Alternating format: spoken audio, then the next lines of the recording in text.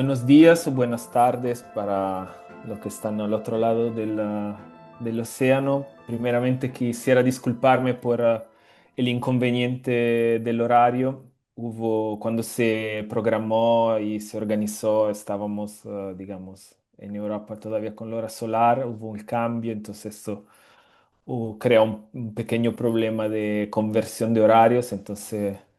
nada, espero que esto no haya afectado, perjudicado eh, la posibilidad de asistir a la presentación de Luisa, que con mucha generosidad no solamente decidió esperar una hora el comienzo de la presentación, sino decidió más bien presentar su trabajo en nuestro seminario, que se trata de un seminario online periódico que en el marco del proyecto ECO organizamos para crear un espacio de diálogo con especialistas, investigadores y académicos indígenas y no indígenas en Europa, en América Latina. Y para el día de hoy contamos con la presentación de Luisa Elvira Belaunde, su presentación titulada Cosmoecología de una liana amazónica. Y haré una pequeña presentación, aunque digamos muchos de los que trabajan en la Amazonía peruana, y no solamente peruana, ya la conoce muy bien, pero permíteme hacer una pequeña presentación. Luis Elvira es antropóloga, especialista en pueblos amazónicos y investigadora es peruana. Es licenciada en filosofía por la Universidad de Lovaina y tiene una maestría, doctorado en la antropología, por la universidad, en antropología por la Universidad de Londres. Fue docente en la Universidad de Durham, en el Museo Nacional, en Río. Realizó sus investigaciones doctorales con el pueblo Siocopay de la Amazonía peruana. Desde entonces ha conducido diferentes investigaciones con varios pueblos originarios amazónicos en Perú y en Brasil y ha llevado a cabo consultorías también sobre cambio social, relaciones ecológicas con el entorno, temas de salud, arte, cosmología, educación, con una atención siempre al tema de las relaciones de género desde la perspectiva de las propias poblaciones locales y sus diferencias. Eh, su, ah, Se me hace imposible elencar todas las, digamos, publicaciones y aportaciones, que son muchas y sobre todo para los que trabajan en la Amazonia peruana, son textos de referencia, pero me gustaría mencionar algunas que se han vuelto, digamos, un clásicos, ¿no? De la etnología eh, de la Amazonia peruana, entre las cuales Viviendo Bien, Género y Fertilidad entre los aeropaires de la Amazonia peruana, El Recuerdo de Luna, Género, Sangre y Memoria entre los pueblos amazónicos, y Kene, Arte, Ciencia y Tradición en Diseño, solo para citar algunas de las más relevantes. Actualmente es docente de la Universidad Mayor de San Marcos en Perú. Además, contamos hoy con una debatedora, una amiga, una antropóloga, Ana Morín Gilima. Ana obtuvo su máster y doctorado en Sociología y Antropología en el Instituto de Filosofía y Ciencias Sociales de la Universidad Federal de Río de Janeiro, con un trabajo de investigación con el pueblo Krao, sobre el ciclo de vida de las papas, sus historias, los cantos, danzas rituales. Es vicecoordinadora del programa de titulación intercultural indígena e investigadora en el Centro de Investigación Gaia, Pueblos de la Tierra. Es coorganizadora de diferentes libros, entre los cuales Voces de las Plantas, Diversidad, Resistencia, Historias del Bosque, eh, tanto en la edición portuguesa como en su reciente edición en francés. y coorganizadores de prácticas y conocimientos sobre agrobiodiversidad la contribución de los pueblos tradicionales. Sus trabajos y sus investigaciones profundizan en el tema de las interacciones entre las plantas y otros seres humanos y no humanos, dando visibilidad a las contribuciones de los conocimientos y prácticas de pueblos originarios en diálogo con temas de conservación y agrobiodiversidad. Ana es actualmente profesora del Departamento de Ciencias Sociales de la Universidad Federal de Espíritu Santo. Quisiera agradecer a Ana por haber aceptado y por haber esperado el comienzo de este seminario. Entonces, con mucho interés y alegría que se da la palabra a Luisa. Muchas Buenos gracias. días, buenas tardes. Espero que se escuche bien. Disculpe si estuve moviendo unas cosas porque llegó una alarma muy extraña de peligro. No sé, como aquí en el Perú tenemos terremotos, a veces hay que tener cuidado, pero bueno, ya estamos. Entonces, es una gran alegría estar aquí con ustedes.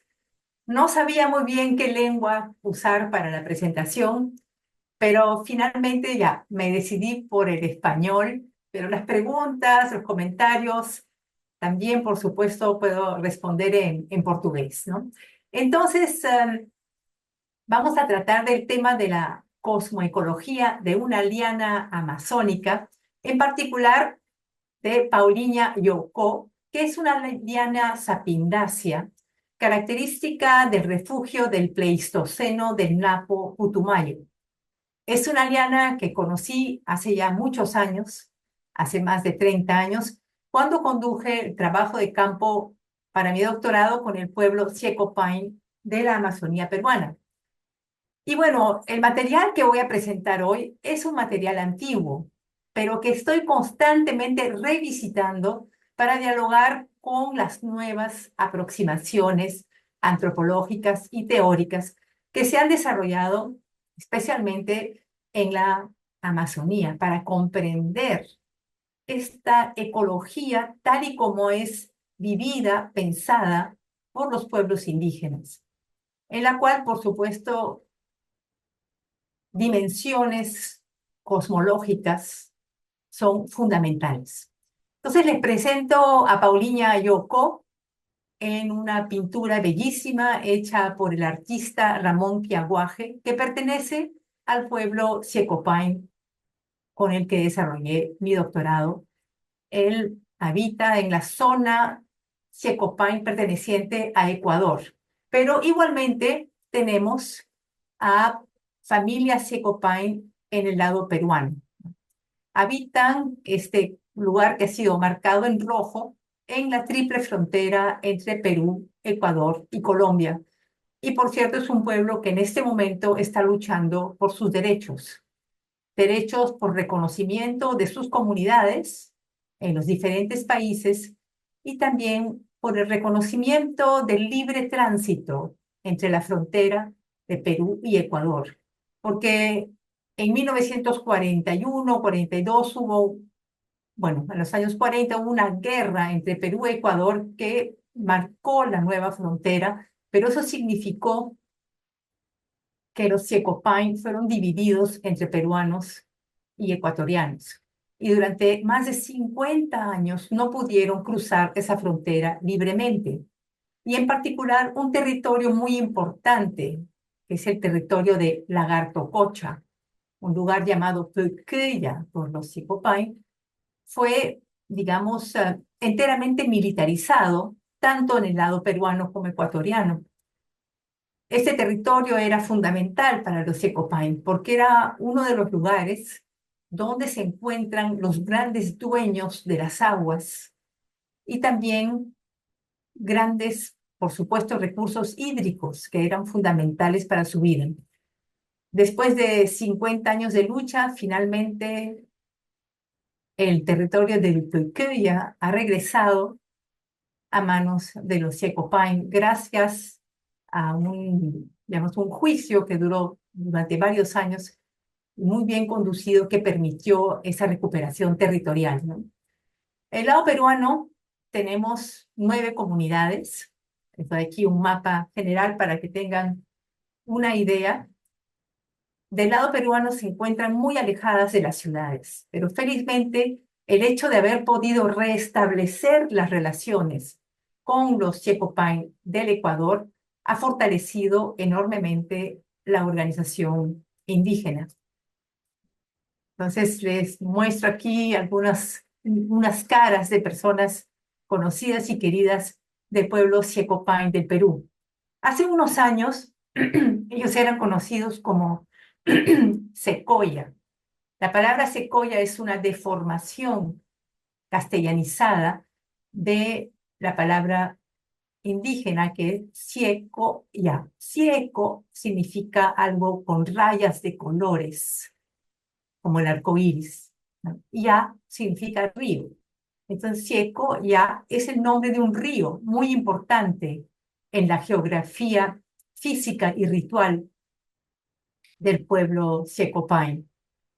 Pero, evidentemente, llamarse como un río no era adecuado. Y por esa razón, ahora los Ciecopain de Perú y de Ecuador han cambiado el nombre y es Ciecopain. Pain significa gente y es un concepto fundamental de su pensamiento. Entonces, Ciecopain es la gente de colores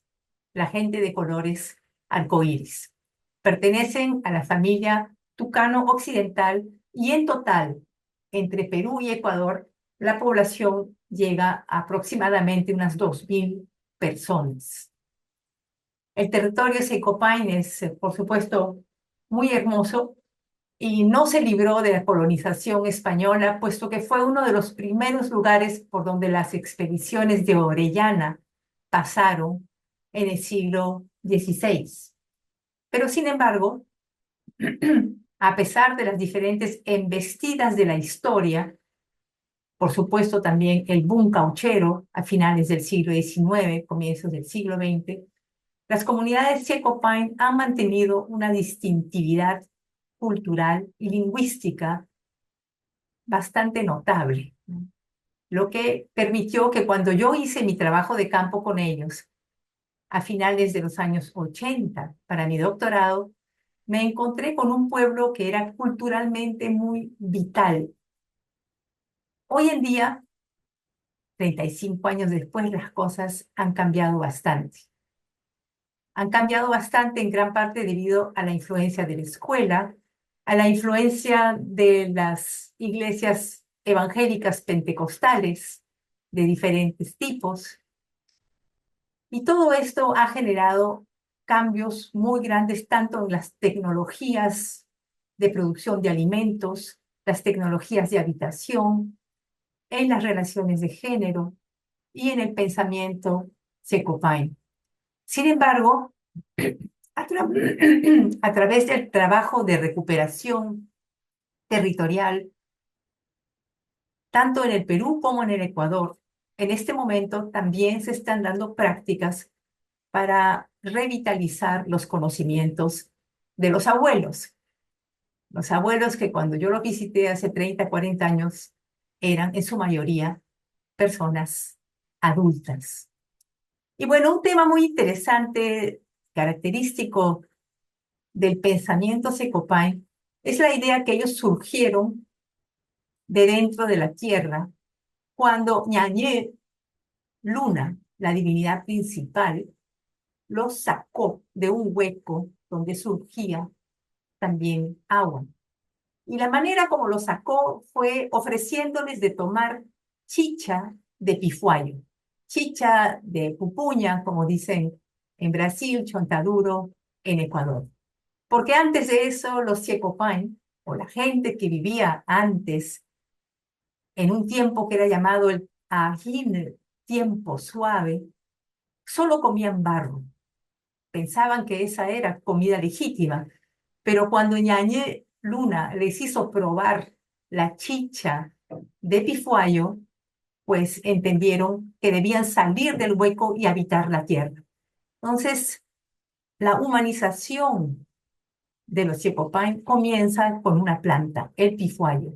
Es interesante porque esta planta, como ustedes saben, ha sido estudiada por la botánica y es muy nutritiva, contiene muchas proteínas. Además, es una planta cultivada. Es una planta que no puede reproducirse, al parecer, sin la intervención humana, ¿no? Y los Checopine son grandes conocedores del cultivo del pifuayo, y es más, ellos tienen varias variedades. Una de ellas es la variedad que no tiene espinas en el tronco y que facilita su cosecha. Entonces, bueno, partimos de una planta para poder comprender mejor la cosmoecología de una liana, de un cipo, como dicen en portugués, y de Paulinha Yoko. Entonces les presento al protagonista principal de mi presentación, Paulinha Yoko, ¿no? Que fue estudiada por el botánico Schultz en los años 40 y que la definió como la planta de la vida. La planta de la vida porque tiene muchísimos, muchísimos usos, ¿no? Es una planta sapindácea, ¿no? Que crece en la tierra, pero después se cuelga de los árboles para poder subir hasta el dorsal a unos 15 o 20 metros. Um, es una planta también, ¿no?, que tiene calidades estimulantes porque posee una gran cantidad de cafeína y de teobromina. Por esa razón ha llamado, digamos, la atención de farmacéuticas, de tal manera que hace unos años había un comercio del yoco que hacía la propaganda que el yoco servía para adelgazar. Bueno, esa idea de que el yoco podía servir para adelgazar le parecía muy curiosa a los Checopine, porque desde el punto de vista de los Checopine, el yoco no sirve para adelgazar. Más que una planta silvestre, el yoco es un padre que da consejo. Esta noción de que una planta puede ser una planta que aconseja es fundamental en el pensamiento, yo diría, etnobotánico Checopine, ¿no? Hay plantas que dan consejo, hay plantas que marean. Es una distinción muy importante. Pero a veces la misma planta puede marear y dar consejo al mismo tiempo, a depender de cómo se utilice. Entonces, el yoko es una planta que da consejo, o más bien es un padre que da consejo, porque la noción de paternidad está íntimamente relacionada al aconsejar. Y el consejo del yoko se da a través de su savia, ¿no? La manera como se cosecha el yoko en la selva, aquí vemos una imagen que saqué del internet de un gran conocedor Checopine del Ecuador, ¿no?, cosechando una liana de yoco. La manera como se cosecha es jalando las lianas que están altas en el dosel, ¿no? Hay que jalarlas con cuidado. Después se trozan en pedazos, se cargan a la casa. Y en la casa, al momento de utilizar, se raspa la corteza, ¿no? Y lo que se utiliza es lo que está entre la corteza y el interior, ¿no? Se coloca en un pate, como vemos aquí en la foto, y después se chapea, como decimos en el Perú. Es decir, con la mano se mezcla la fibra vegetal con el agua, y eso es lo que se toma. Entonces, cuando se toma el yoco es bien amargo, ¿no? Es amargo. Y para ellos es muy, muy importante esa amargura. Aquí vemos otra pintura de Wilfredo Yaguaje, que nos muestra una escena de un Checopine tomando yoco. Ahí vemos también otras lianas, porque como vamos a presentar aquí, el yoco es una liana que se relaciona a otras lianas.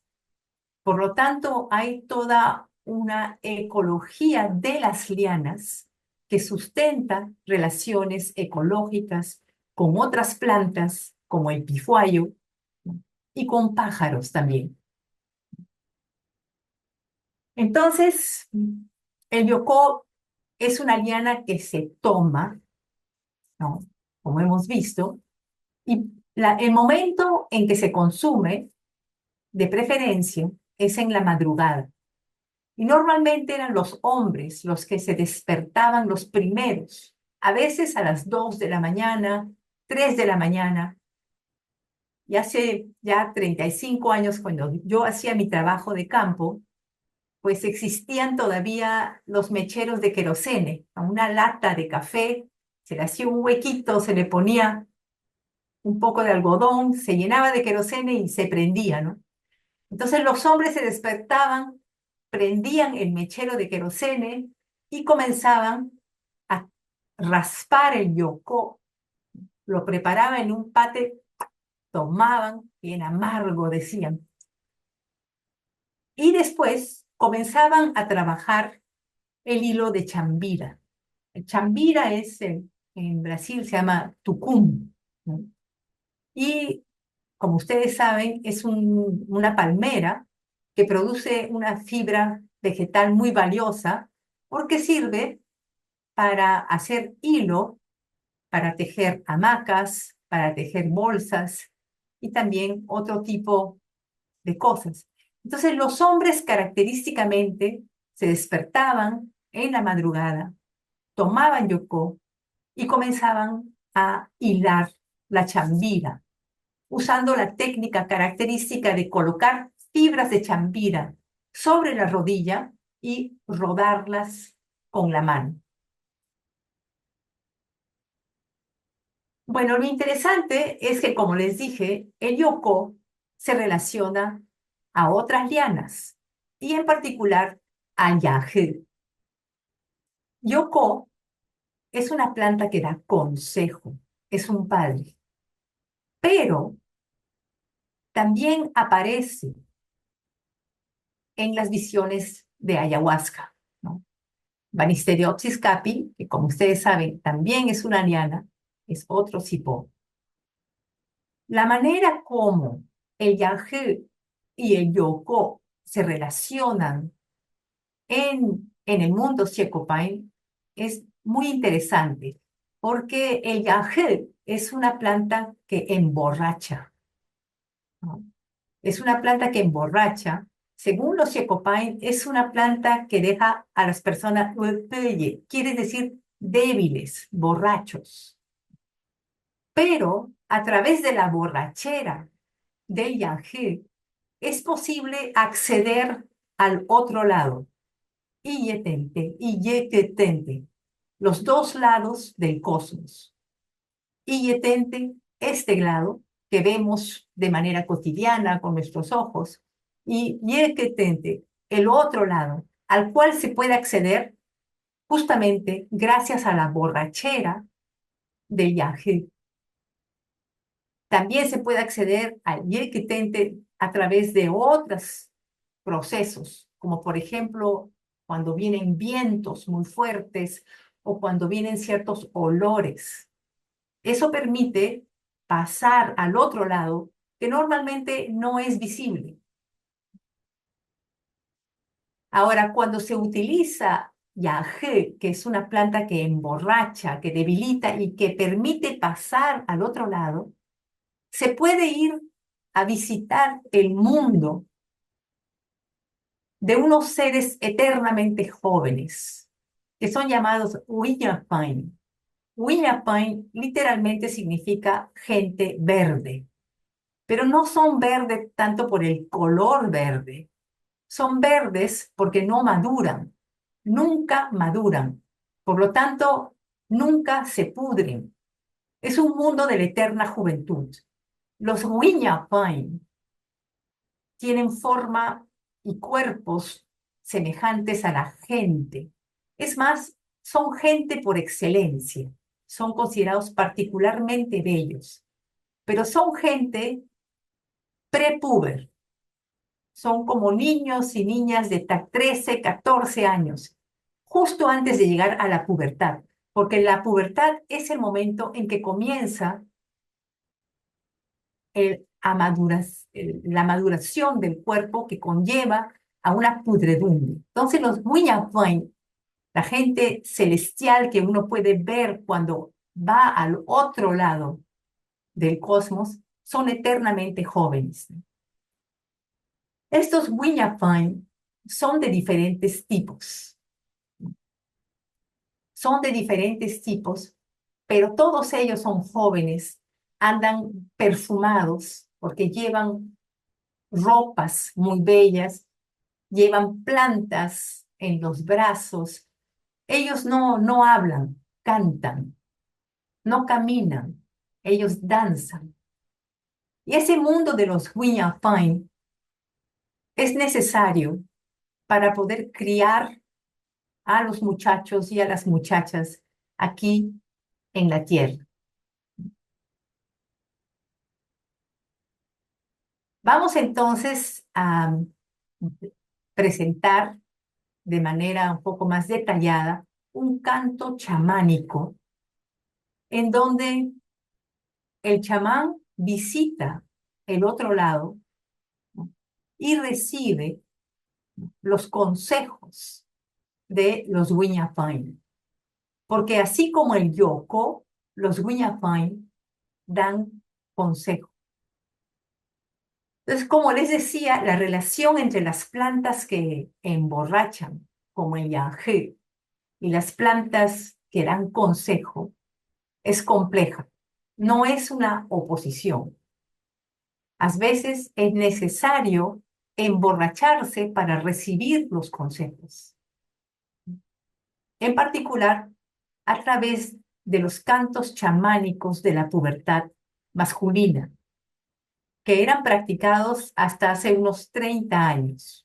Cuando yo hice mi trabajo de campo, todos los hombres habían sido iniciados al chamanismo durante la pubertad, ¿no? Y aquí les presento a Óscar Vázquez Macanilla, quien falleció el año pasado, pero era un gran sabio y también un jefe de la comunidad de Huajoya, del territorio Secopain del Perú.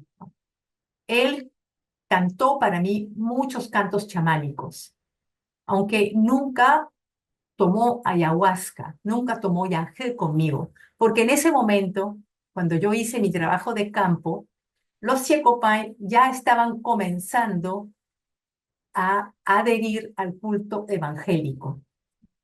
El culto evangélico pentecostal, como ustedes saben, prohíbe la toma de bebidas que emborrachan. Por lo tanto, prohibía la toma de yagé, de ayahuasca, pero no prohibía la toma de yocó, porque yocó no es una planta que emborracha, es una planta que da consejo. Entonces, los Checopay seguían tomando yocó cotidianamente en las madrugadas, pero no practicaban más el chamanismo con yagé, que les permitía ir al otro lado del cosmos para poder recibir directamente los consejos de los Wiñapoin, de la gente eternamente joven. Ese es el contexto en el que yo recogí gran parte de la información y en particular en la que Oscar cantó para mi grabadora el canto chamánico que vamos a ver brevemente ahora. Y lo interesante es que Oscar cantaba los cantos que él aprendió, pero también después traducía las palabras de los cantos del Secopán al español. Y cuando él traducía, pues él espontáneamente me explicaba lo que las palabras querían decir, porque claramente las palabras de los cantos son palabras en Secopán, pero su significado, por lo menos el significado de algunas palabras claves, es diferente. podemos decir que es un significado metafórico, imagético, ¿no? Pero hoy en día, ¿no?, ya sabemos que lo que se trata es de procesos lingüísticos que manifiestan un perspectivismo propio, porque en los cantos chamánicos, quien canta no es tanto el chamán, sino los seres del otro lado que se manifiestan durante las visiones de ayahuasca. Entonces vamos a mirar brevemente alguna de las palabras de este canto, que es el canto de la gente viviente, Paiko Pain. Esta noción de gente viviente, ¿no?, fue parte de la traducción que Oscar hizo del canto. Como ustedes ven, en un lado pongo las palabras en Siecopain y en otro lado pongo la traducción y entre paréntesis pongo la explicación, la exégesis propia. Entonces el canto comienza diciendo, llegamos de pie bajando. Y Oscar explica que es la gente viviente del otro lado, Paipopain, la que viene bajando y viene bajando del cielo para visitar a los muchachos que están recluidos durante el tiempo de la pubertad masculina, que es ese tiempo donde aprenden a tomar viaje para poder entrar al otro lado, y también es el tiempo en el que se quedan recluidos haciendo todo tipo de tejidos para construir la casa. La segunda hilera del canto dice, pone kiri kiri paipo pain pi, dice, la gente viviente viene bajando, danzando, y sus collares hacen el sonido pone kiri kiri. También otro círculo. La gente viviente viene bajando con varios círculos de danzantes con los brazos puestos sobre los hombros los unos de los otros, cargando las lianas de Yoko de pie bajando. O sea, la escena descrita en el canto entonces nos trae las palabras de los propios seres celestiales, Wiñapai, que vienen bailando contentos, alegres y trayendo lianas de Yoko.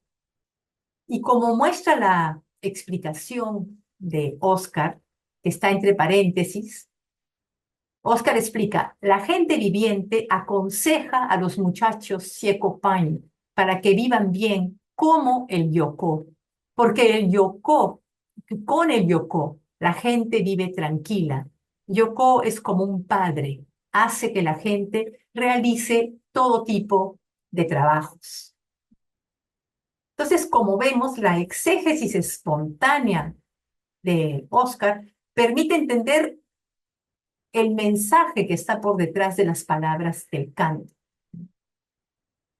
Y nos permite entender que la noción de consejo es una cosa mucho más amplia que simplemente palabras de advertencia, ¿no? Como muchas veces la noción de consejo o aconsejamiento, como dicen en portugués, la noción de consejo es vista como algo un poco, ¿cómo diré?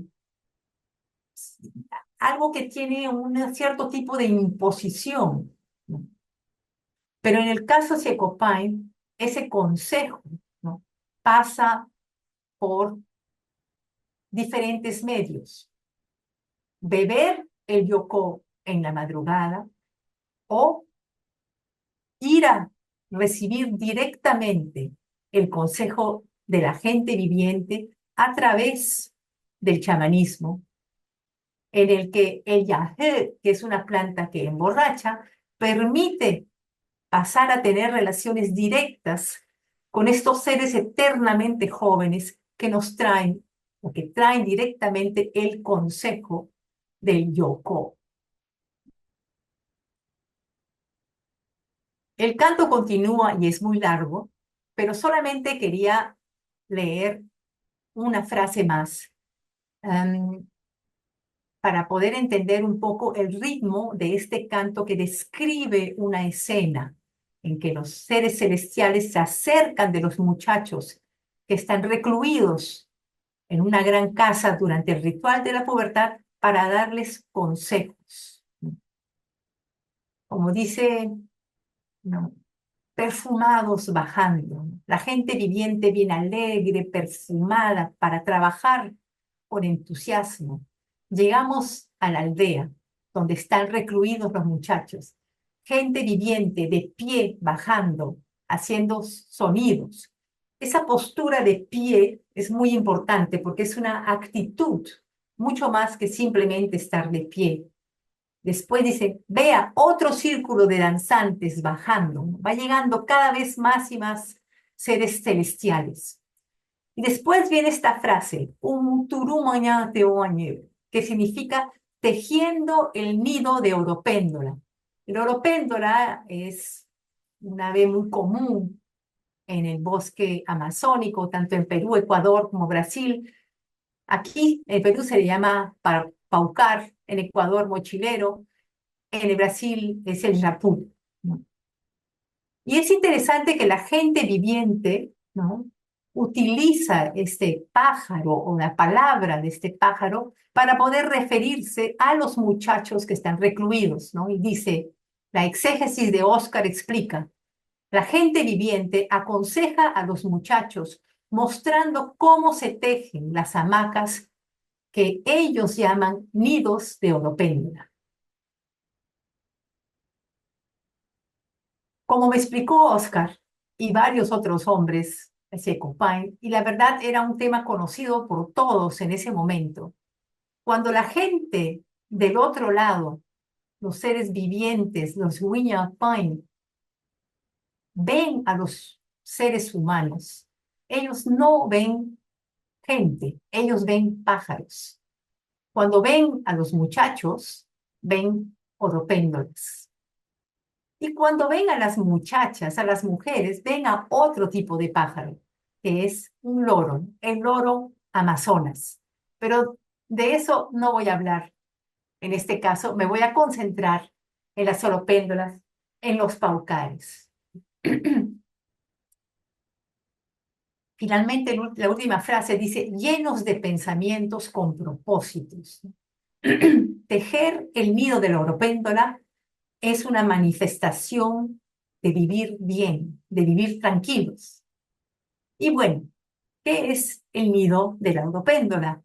Es la hamaca que se realiza con chambira. Aquí tenemos la palmera de Astrocarium chambira, de la cual se saca la fibra que es hilada en las madrugadas cuando se toma yoco, ¿no?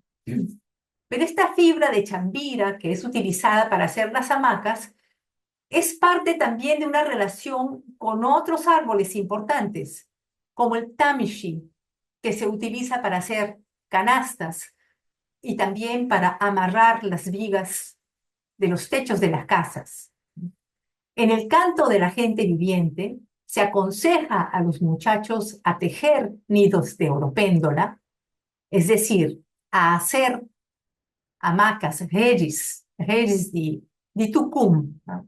Chambira es tucumen en portugués. Y también se les aconseja que deben tejer cestos de chambira, cestos de tamishi, perdón, y construir la casa con el tamishi.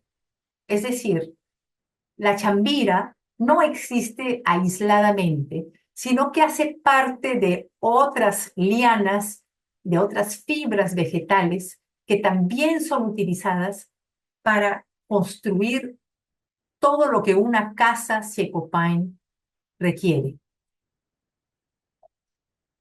Entonces, concentrémonos un poco aquí en el nido de la oropéndola, ¿no? Un niño de Uyapú, el nido del paucar. Y bueno, tal vez los que han ido a la selva ya lo hayan visto, porque característicamente las oropéndolas hacen nidos que cuelgan de los árboles, son muchas veces varios nidos colgados del mismo tronco, ¿no? Y es un nido bien complejo, que cuelga como una bolsa. Quien teje el nido, ¿no? Es la hembra, oropéndola, mientras el macho canta. Pero las parejas trabajan juntas y normalmente colocan 2 huevos en este nido. Según el pensamiento cosmológico de los Checopine, perdón, cuando un hombre está tejiendo una hamaca, una rede en portugués, con hilo de jambira, pues es un buen oropéndola, ¿no? Es lo que los Checopine caracterizan en los cantos, a través de sus cantos chamánicos, como una cría de oropéndola, umusi. Umusi significa hijo de la oropéndola, pero también significa cría de la oropéndola, aprendiz de oropéndola. Una palabra que también se expresa como un joya. Joya significa algo que es criado, que es domesticado. Entonces, los hombres, los muchachos, cuando están en la reclusión pubertaria, son crías de oropéndola y son aprendices de oropéndola que aprenden a tejer nidos de oropéndola, es decir, que aprenden a tejer hamacas, redes. Y bueno, aquí vemos también una foto ya de la misma persona, Liberato, quien está con su pequeño hijo ya sentados en una hamaca, ¿no? La idea de compartir una hamaca es una idea característica de las relaciones entre padre e hijo. Padre e hijo se sientan en la misma hamaca, muchas veces en momentos en que los padres dan consejo a sus hijos. Aquí vemos a Liberato también, pero cuando su hijo era bien pequeño. Liberato con su coronita de chamán. Era realmente una persona muy cariñosa y un gran curandero. Pero como él adherió a la religión evangélica, al final de su vida ya no tomaba yagé, pero siempre continuó tomando yoko y recibiendo los consejos de la liana a través de los seres espirituales que la encarnan en el otro lado. Bueno, hay otros cantos chamánicos, ¿no?, que nos muestran que ese yoko, que es una liana silvestre, tiene una forma humana en el otro lado.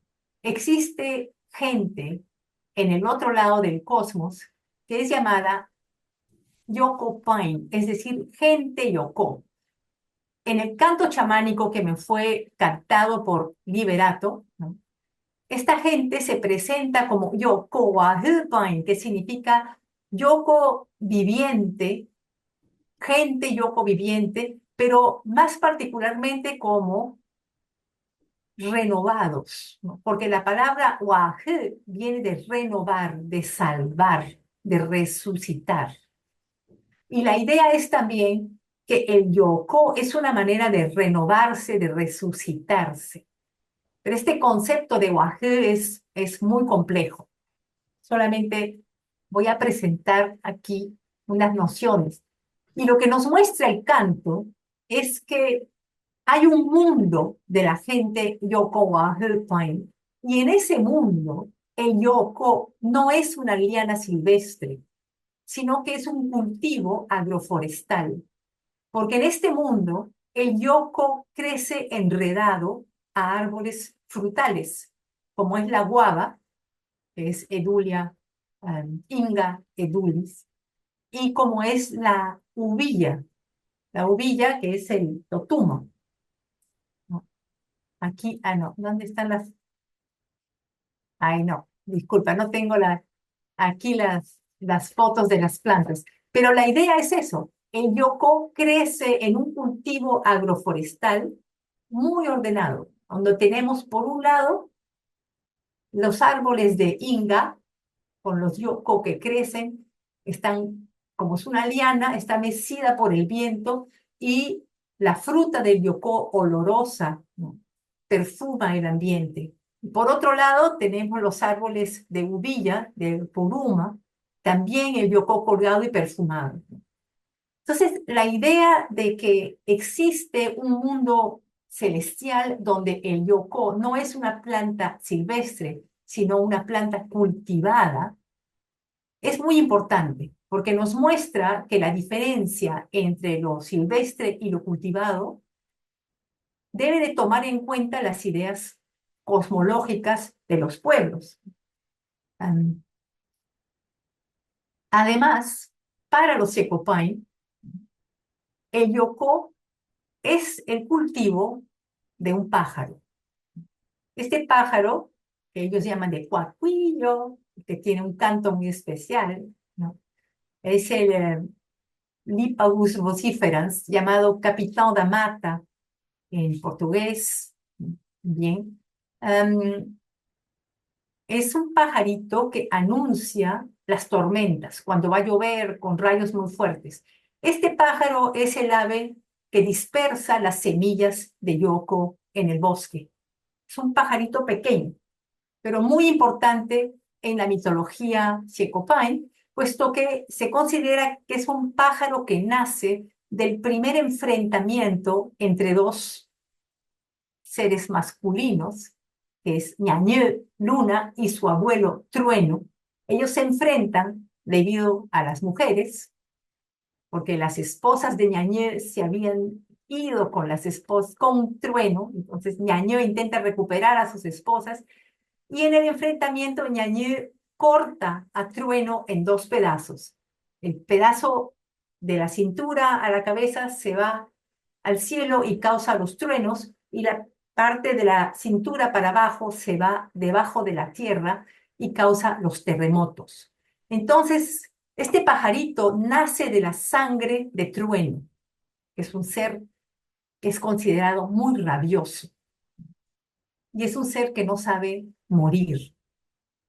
Pero este es el pájaro que dispersa las semillas de Yoko. Y aquí vemos las semillas ya empezando a dar frutos. Y por eso los Secopain consideran que este pájaro es el que cultiva el Yoko en la selva, porque donde el cuacuillo tiene un nido, arriba en los árboles, le da de comer los frutos a los polluelos comen la carne y la semilla cae debajo de los árboles. Entonces, donde vive el cuacuillo, hay muchas plantitas de yoco creciendo. Y como dicen, eso es una chacra, la chacra de cuacuillo. Es a roça do capitão da mata, en portugués. Entonces, el yoco realmente no es una planta silvestre para todos. Es una planta silvestre para los Checopain, es una planta silvestre para los botánicos que la estudian, pero para los Yocopain que viven en el otro lado del cosmos, es un cultivo agroforestal. Y para el cuacuillo, el ave que dispersa las semillas, es una chacra que el propio cuacuillo siembra en el bosque. Otra relación compleja entre el cuacuillo y un pájaro más, ¿no? Como ustedes ven, hay muchos lianas, árboles, palmeras, pájaros que se mezclan en esta concepción de una cosmoecología de la liana, de Paulinia Yoko. Otro pájaro más es el paujil, ¿no? El mutum, como se dice en portugués, ¿no? ¿Por qué? Porque los Checopain dicen que es muy difícil encontrar el yoko en la selva, porque es una liana mezclada con las demás lianas, con los árboles, las hojas. Entonces, para reconocer el yoko es difícil. Pero las personas sueñan con el yoko. Y los sueños de Yoko, la comunicación onírica con el Yoko, es posible porque el Yoko se presenta como un tipo de pájaro, que es el mutum. En los sueños, el Yoko aparece como crías de mutum, como pequeñas paujiles que están llamando, llamando, llamando. Ahora, ¿qué sucede? Las personas dicen que el paujil es un ave silvestre, pero que cuando una persona encuentra un nido de paujil en la selva, normalmente pues cogen a los polluelos y se los llevan a casa, porque siempre intentan domesticar el paujil. Solo que los polluelos de paujil no les gusta ser domesticados y cuando ya crecen un poquito, rápido se regresan al bosque. Según ellos también, el yoco es una planta con la que ellos tienen ese tipo de relación. Cuando ellos encuentran una plantita pequeña de yoco en el monte, la sacan de la tierra y se la llevan a la chacra para ver si crece en la chacra como una planta domesticada. Pero al yoco no le gusta hacer parte de las plantas cultivadas.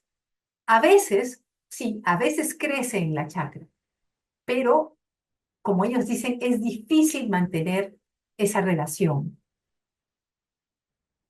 Igualmente, cuando una persona trata mal las lianas de yoco, cuando las corta mal, cuando las golpea, cuando usa las lianas de otra persona, y también cuando no guarda bien la basura del yoco, entonces el yoco se resiente, se va, se regresa al bosque.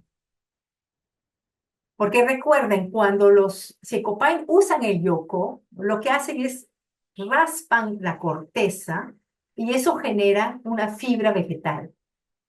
Esa fibra vegetal es como una viruta. Después la ponen en un pate con agua y la chapean y eso es lo que toman. Y la fibra vegetal, pues, no puede ser botada de cualquier manera. Hay que colocarla en bolitas bien bonitas y ponerlas en una canasta, porque esa fibra vegetal son crías de paujil. Es decir, la fibra vegetal, que es la basura del yocó, es un pájaro. Es un pájaro que los Checopay intentan domesticar, pero nunca lo logran, porque el paujil se regresa al bosque. Bueno, entonces ya estamos casi llegando al final de esta presentación sobre la maraña de relaciones cosmoecológicas en torno a una liana amazónica. Quería decir que del punto de vista de la farmacología, el bioco es una liana interesante. Como decía, es una liana que durante un tiempo se pensó podía servir para adelgazar. Y la idea que el yocó fuese para adelgazar gordos, como dicen los Yecopay, pues era para ellos algo chocante, porque el yocó es antes que nada un padre que da consejo y que enseña a vivir bien. Pero este consejo requiere de un contexto y de una actitud correcta para dar los resultados adecuados, porque el yocó viene del cuacuillo, de la sangre del trueno, de este pájaro que es el ave dispersora, y por tanto está lleno de rabia también. Es decir, el consejo del yocó no siempre funciona de la manera que uno quiere.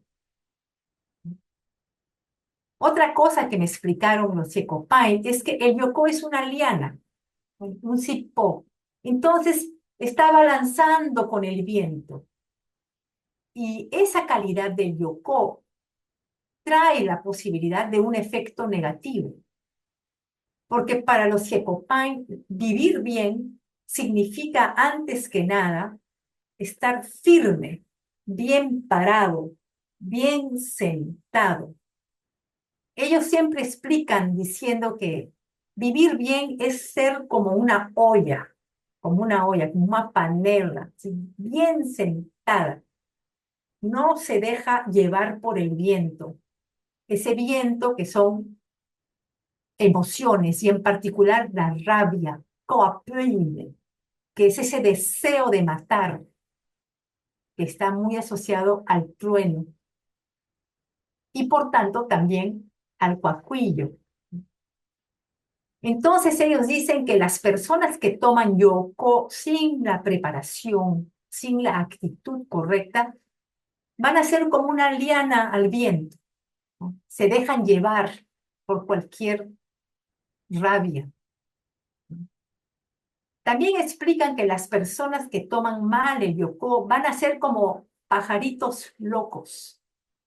No van a ser como el paucar, como la oropéndola que teje su nido bien, sino como un paucar que va de una rama a otra rama, a otra rama, a otra rama, siempre cambiando. Entonces, lejos de tener la idea de que el yoco tiene efectos, ah, digamos, efectos farmacológicos constantes.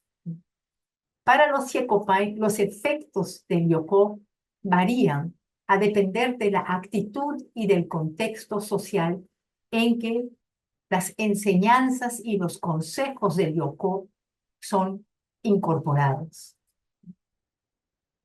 Y para esto, entonces, es necesario tomar en cuenta toda esta cosmoecología que he intentado presentarles aquí.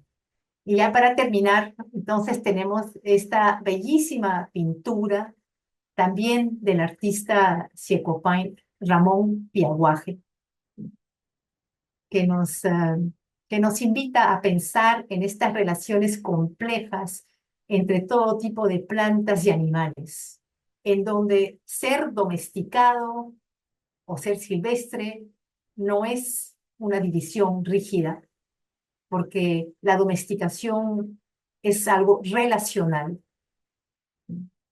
en donde ser un pájaro o ser gente tampoco es rígido, en donde todos estos diferentes tipos de gente pueden comunicarse y en donde las lianas tienen un papel muy importante. Y eso es lo que quería resaltar, porque muchas veces la liana, ¿no? Y el mundo de las lianas no está tan presente cuando hablamos de plantas amazónicas, ¿no? Yo creo que el caso del yoco nos permite acercarnos a la ecología y la cosmoecología a partir de esos seres que tejen relaciones, ¿no? Entre los árboles y entre los árboles y todos los animales, en particular las aves que habitan en el dorsal de la selva. Bueno, muchas gracias. Muchas gracias, Luisa. Y nada, paso la palabra a Ana y después de los comentarios de Ana podemos abrir una ronda de preguntas y entonces pueden levantar virtualmente sus manos o dejar un mensaje incluso en el chat. Entonces, Ana, cuando quieres. Bom, boa tarde, né? Primeiro queria agradecer pelo convite a Patrícia, Karen e Emanuele. Dizer a Luísa que é sempre muito enriquecedor escutar você, né? Luísa, enfim, que foi minha professora, e a gente já tem essa interlocução aí há pelo menos uns 15 anos, né? Teve um papel fundamental, tanto na minha formação como no meu, acompanhando o meu processo de pesquisa, né, Luísa? Então, que bom. E é sempre renovador escutar você. Eu pensei aqui, pontuei algumas coisas,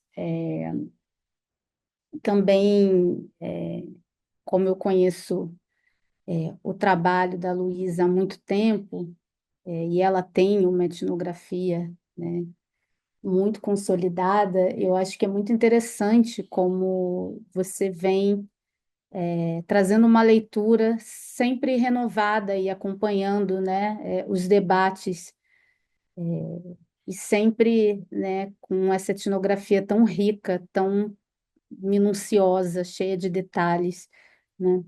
Eu fui sua aluna e hoje como professora eu tento passar isso para os estudantes, né? Que uma boa etnografia é uma boa etnografia, né? Ela realmente faz toda a diferença e acho que a gente entrando nesse debate tão transdisciplinar a partir da antropologia, né? Querendo dialogar Bueno, com outros. acuérdate que el celular es de mamá, no de bebé. A ver, te corto las otras uñas. ¿Qué pasó? Acho que tem alguém com o microfone ligado. Então, o que eu estava dizendo. Bom, e a gente, então, entrando nesse debate que é tão transdisciplinar, né, interdisciplinar, a partir da antropologia, afinal, né, somos antropólogas, esse enraizamento na etnografia, a meu ver, é da onde a gente traz a nossa contribuição, né? Quer dizer, a partir dessa conversa, né, com os povos indígenas, né? E com todos esses outros seres e sujeitos, né, com quem eles estão o tempo inteiro conversando, né, se relacionando e aprendendo com. Então, isso é, enfim, só uma reação, né, à sua fala, uma reação primeira.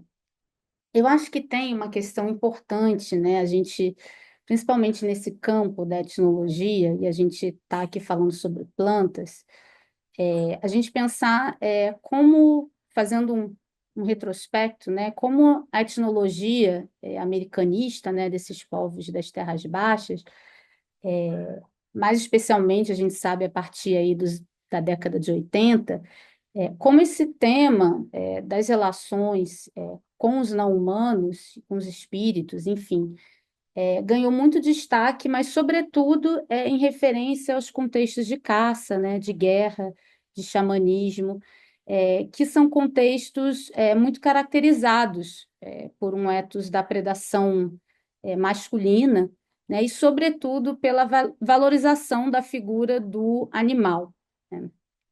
Então, quer dizer, o animal como colocou o Eduardo Vieira de Castro, né, como esse protótipo extra-humano da alteridade, né, do outro. Então, quer dizer, a figura animal e essa noção de predação ontológica, elas são centrais, né, nessa formulação desses conceitos que a gente operacionaliza nas nossas análises também, né, do animismo, do perspectivismo, do multinaturalismo indígena, né? E aí eu acho que o trabalho da Luísa, ela traz uma contribuição muito fundamental a esse debate, quando ela articula a partir, né, Luísa, quando você articula a partir da etnografia Aropai esses temas do perspectivismo, do gênero e das relações interespécies, né? Quer dizer, do ponto de vista desses seres celestiais, as mulheres elas são filhotes de papagaio e os homens são filhotes de japu, né? E você mostrando o tempo inteiro aí na sua análise como pensar esse tema da predação junto com outros temas, né? Com outros vetores de diferença que escapam um pouco a essa predação ontológica, que são tão importantes quanto, né? Então, quer dizer, pensar predação e criação e cuidado, né? E como aparece muito bem na sua fala, esse duplo sentido do cuidado, tanto cuidado no sentido de fazer crescer, mas também, né, de tomar cuidado, ter respeito, ter precaução, né? E, além disso, eu acho que é muito interessante como você mostra, né, que para os os Airopai, a vida cotidiana faz parte do xamanismo, né? Quer dizer, para essa gente celestial, para essa gente verde, você, enfim, coloca, né, que viver bem também é o princípio. E é isso que eles também estão ensinando para esses jovens, né, que, por sua vez, são vistos como filhos de Japu quando tomam o Yagé, né, o ayahuasca. Então, acho que isso são temas que sempre estiveram presentes no seu trabalho e que voltam nessa fala específica, em que a protagonista, né, o protagonista é essa Liana, né, Yoko, né?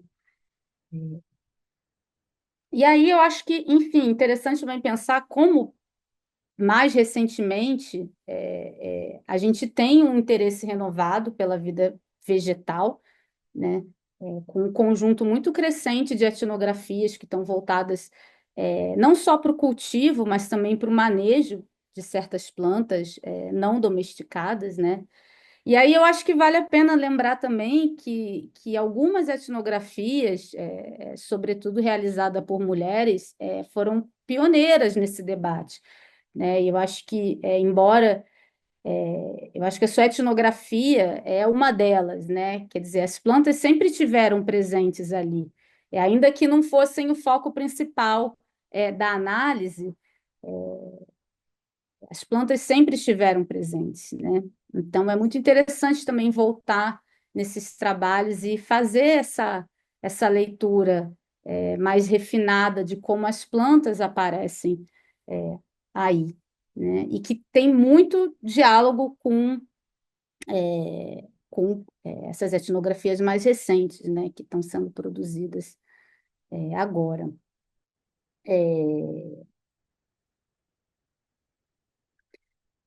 Então, enfim, eu acho que é interessante, né, pensar no seu trabalho também nessa linha temporal, né, porque eu acho que essa etnografia, a Aeropai, teve um papel muito importante nessa reconceitualização que aconteceu na etnologia indígena a partir dos anos 80, das relações entre natureza, cultura, humano, não humano, pensando, né, articulação entre gênero, perspectivismo, relações interespécies, mas convivialidade, né, predação e criação.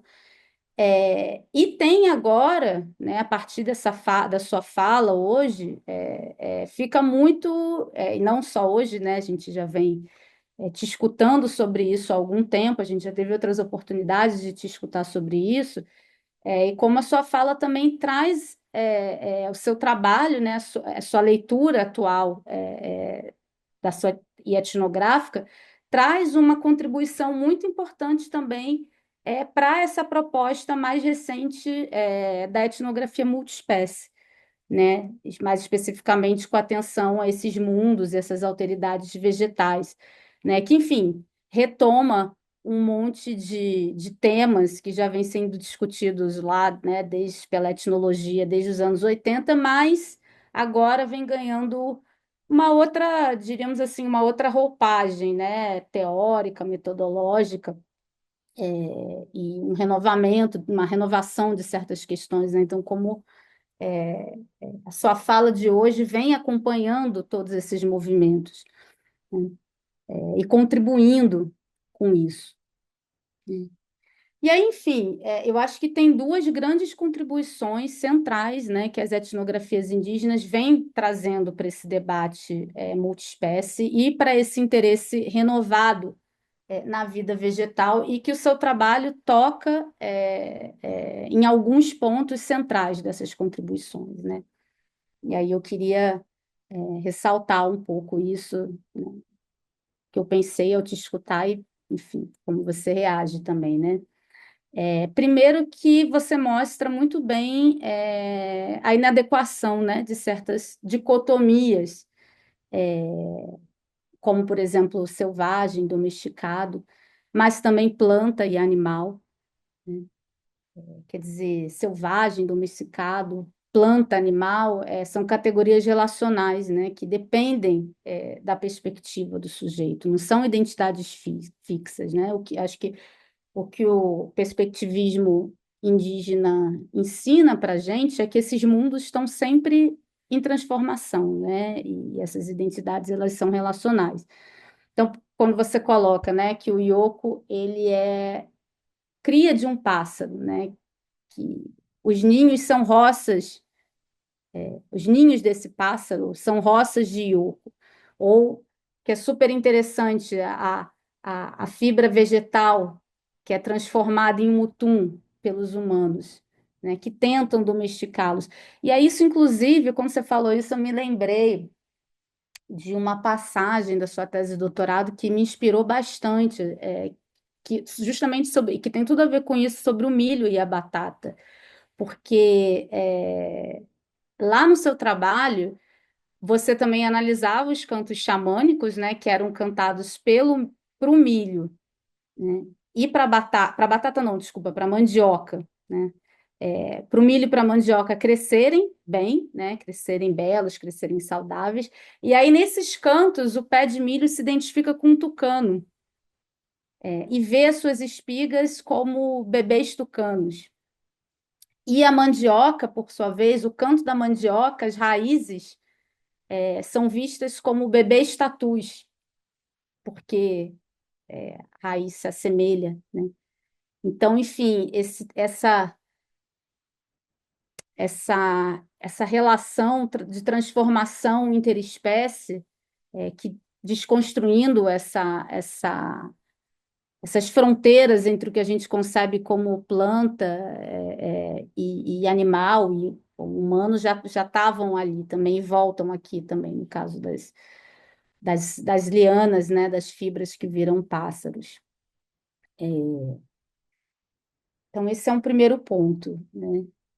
E aí eu acho que, enfim, sobre a questão selvagem e cultivado, eu queria só fazer um contraponto, porque é super interessante, né, que Yoko ela não é cultivada pelos humanos, mas pela gente céu, é super difícil achar, de ver as folhas, e elas são roças, os ninhos do pássaro, Quacuiô, né, Quacuiú, que são as roças do Yoko. E aí, enfim, isso também remete um aprofundamento, por exemplo, acho que a Karen coloca isso no trabalho dela, Joana aprofundou muito isso, como o que é selvagem para os humanos pode muito bem ser cultivado para outros sujeitos mais que humanos. Embora traz esses contrastes entre selvagem e cultivados precisem ser, né, reafirmados continuamente, né, porque é preciso também evitar certas continuidades perigosas, justamente, porque se você começa a ver a roça de espírito, a roça de espírito como, né, uma planta cultivada, essa troca de perspectiva pode ser também perigosa. Então, se selvagem e cultivado são categorias relacionais, ao mesmo tempo é preciso reafirmar, né, essa diferença. Mas, ao mesmo tempo, e aí que eu acho super interessante da sua fala, é que existem muitas mediações, não é? A gente não está aqui querendo estabelecer uma outra dicotomia, né? E aí, o que aparece? Os humanos, eles não são donos do Yoko, mas eles querem ser, né? Eles tentam fazer o Yoko prender na roça, eles tentam cultivar, né? Manejar o Yoko. E aí é super interessante como os Yoko reagem a essas tentativas do manejo humano, até onde eu entendi, né? Que eles não querem ficar, como você falou, eles querem escapar.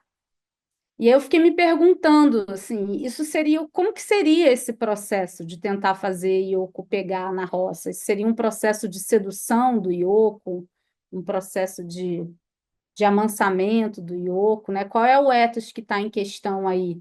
Também pensando nessa analogia que você fez com a tentativa de amansamento do japu, né? Do japu não, do mutum, né? Que é as bolinhas, as fibras vegetais que viram o mutum.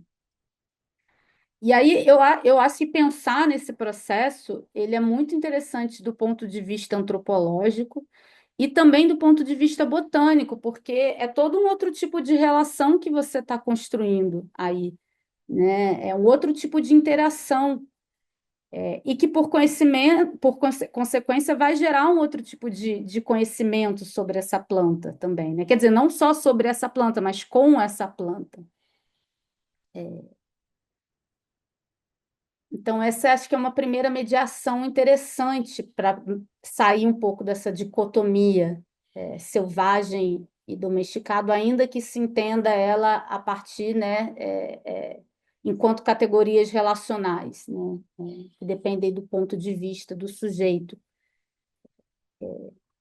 Então, assim, a gente tem o processo de aselvajamento também, mas um processo de tentativa de sedução. Como é que se dá esse processo? É. E aí um outro ponto assim que eu acho que tem a ver com isso, tudo bem, os humanos eles não cultivam o ioco, mas eles têm um papel importante para fazer o ioco crescer. Quando você diz onde é que essas lianas se escoram para crescer, e aí eu acho que você fala da embaúba, me diz se eu estou errada, né? Da embaúba e do pau de balsa. E a embaúba, conheço um pouco mais, né? O pau de balsa eu não sei dizer. Ela é uma planta pioneira, né? No processo de sucessão florestal. Quer dizer, ela é uma das está entre as primeiras plantas que colonizam essas áreas que foram antes antropizadas, né? Por exemplo, capoeiras antigas.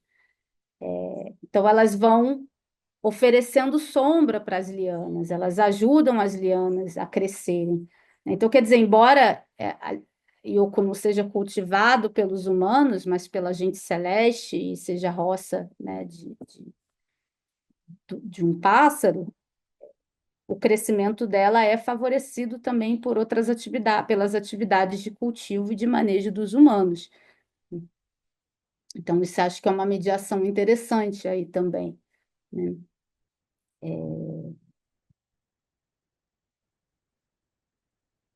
Que mais? Tem uma outra questão antes de passar para os outros comentários. Eu acho que tem uma questão, enfim, central que eu também não posso deixar de chamar a atenção, que é pensando essas relações justamente de companheirismo, né, entre espécies companheiras, essas relações multiespécies. Como no contexto indígena, o parentesco ele vai dar uma legibilidade para isso. O Yoko ele é um pai conselheiro. Ao mesmo tempo, isso depende da boa medida da relação que se estabelece com essa planta, né? Você tem que evitar os excessos. Então, os humanos tentam ali também ser donos do ioco, mas o ioco resiste a esse cultivo, de novo, né? Acho que esse tema do asselvajamento ele é tão interessante quanto do cultivo, e eu acho que isso também tem tudo a ver com os processos de parentesco, né? Nesse sentido, pensando como as relações de parentesco dão legibilidade para essas relações de multiespécie no contexto indígena, né? Porque o parentesco ele é sobre memória de cuidado, mas ele também é sobre esquecimento, né? Sobre aproximações e sobre distanciamentos, sobre cuidado e sobre abandonos, sobre fazer, desfazer, refazer relações. Eu acho que é isso também que está implicado nessas relações, do Yoko tentando escapar às tentativas da domesticação humana, né? Ou do Yoko fugindo e se escondendo daqueles humanos que não não respeitam a etiqueta, né, de cuidado para coletar, para no consumo, no processamento do ioco, né, você fala, né, eles vão embora. E assim, ao mesmo tempo que são os ioco que criam os humanos. E aí também tem a relação aí entre os humanos e o dono do ioco, né, que é perigoso. Então, quer dizer, toda essa perspectiva da criação, ela não está isenta de predação, né, o, Ele é um dono perigoso, você fala, né? Ele nasceu do sangue derramado, ele anuncia as tormentas, ele tem toda essa relação com a raiva. E aí, só para encerrar, eu acho que eu queria chamar a atenção para uma questão que me pegou muito na sua fala, que eu acho que é uma contribuição bem interessante para pensar essas relações, porque o Yoko ele é cria de um pássaro, né? Ele é cultivado por um pássaro. Ao mesmo tempo, ele é cultivado pela gente celeste, até onde eu entendi. Mas, ao mesmo tempo, não é o dono do Yoko que alimenta o Yoko, é o Yoko que vai alimentar esse pássaro, né?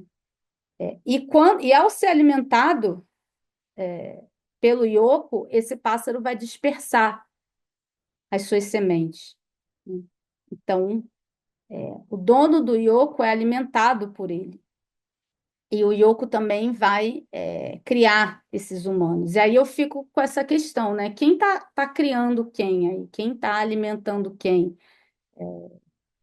Como é que a gente pensa essas teias de cuidados e alianças e reciprocidades entre esses seres, né?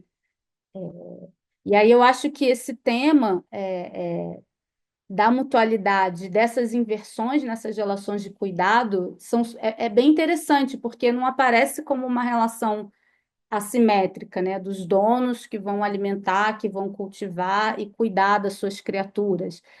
O tempo inteiro essas relações estão sendo invertidas, né? E aí eu acho que essa questão desse mutualismo e dessa inversão dessas relações de cuidado e de criação, elas são centrais para pensar esse tema das redes de domesticação e contra-domesticação interespecíficas na Amazônia.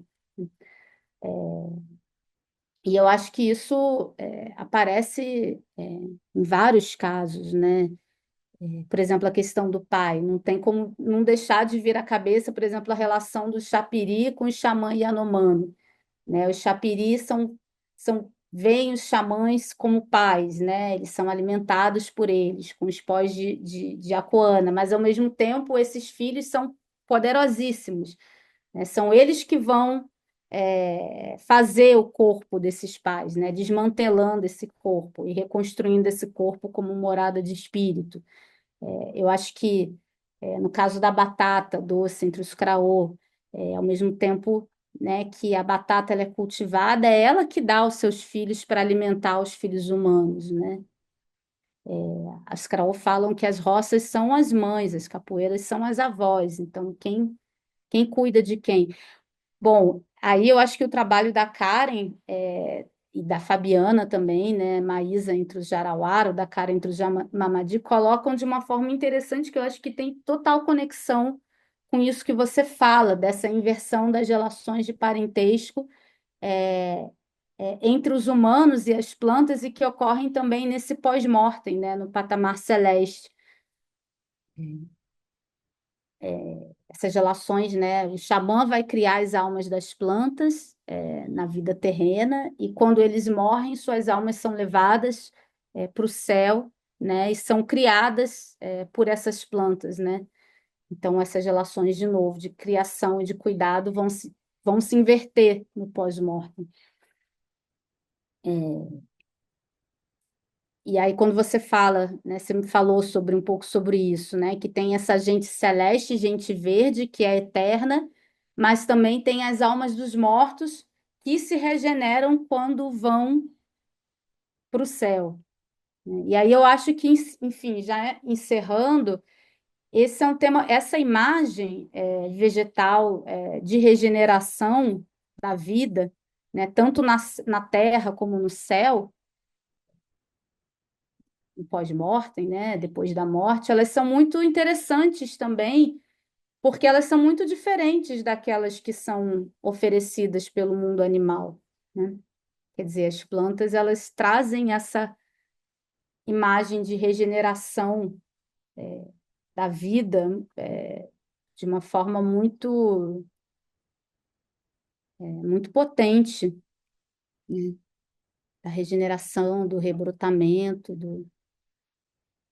então, enfim, acho que é mais ou menos isso. Acho que não são tanto questões, são mais, enfim, reações à sua fala e tentando pontuar também algumas coisas que você falou em conexão com o que a gente vem pensando, né? Eu, também a Karen, o Emanuel, enfim, é um pouco isso. E obrigada, Luísa, mais uma vez. Ah, súper obrigada. Bien, aprovecho para agradecerte por haber aceptado la invitación y haber, digamos, compartido tu trabajo. Es siempre un placer escucharte y además agradecer tu disponibilidad, ¿no? Para dialogar con nosotros y contestar preguntas. De verdad una gran oportunidad para todos. Y aprovecho también para agradecer a Ana para haber aceptado la invitación y sus comentarios que de verdad enriquecieron muchísimo el seminario y creo que nos dejan con varios temas que de aquí en adelante cada uno de nosotros o en otra oportunidad podemos seguir trabajando o reflexionando en conjunto. Y entonces muchas gracias y finalmente a todos los que participaron y decidieron dedicar unas horas para dialogar con nosotros. Espero que puedan participar en los próximos eventos y seminarios organizados por el Proyecto ECO. Y nada más agradecerlos y espero verlos pronto. Simplemente recordarles que la grabación de la presentación de Luisa va a estar disponible dentro de una semana, 10 días en la página del proyecto y que circularemos el link con el video. Y nada más, muchas gracias y un abrazo y nos vemos a la próxima oportunidad. Muchas gracias a todos. Obrigada, Luísa. Obrigada, Ana. Tchau, Tchau, tchau. gente. Obrigada.